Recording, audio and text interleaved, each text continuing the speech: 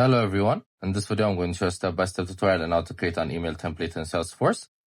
So first we're going to go to our browser, then we're going to search for salesforce.com. Then you guys need to sign up or log in. So as you can see, we're logged in. Then once you're here, you're going to click on the settings button on the top right corner.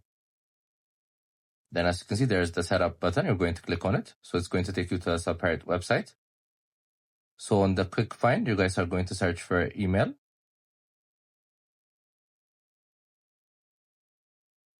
Then you guys could click on classic email templates. So as you can see, they have numerous email templates, but we're going to create a new one. So we're going to click on new template. So they're going to ask us to choose the type of email template you'd like to create. There are 4 options. We chose text. They're going to click on next. Then here you're going to select the field type. It's personally owned contact fields, but you guys could also choose other options. We're going to select the field, which is email in our case. Then next, we're going to insert the email template information, the folder we want to save it for, if it's available for use for the public or not, the template name, the template unique name, its encoding, the description, the subject, as well as the email body. You guys need to insert that.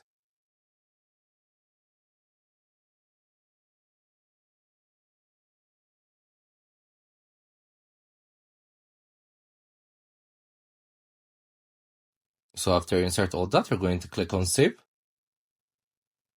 Make sure everything is ready. So as you can see, this is our custom template. You guys can review it. You could also attach files. So they allow to attach files.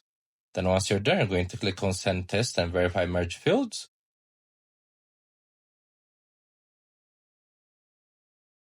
Then as you can see, this is the preview of the template. You guys could assign the recipient record contact as well as the account record.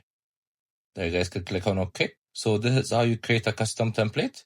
It's a very simple step. I hope you guys liked this video. Subscribe for more, like for more, share for more. I hope to see you again. Goodbye.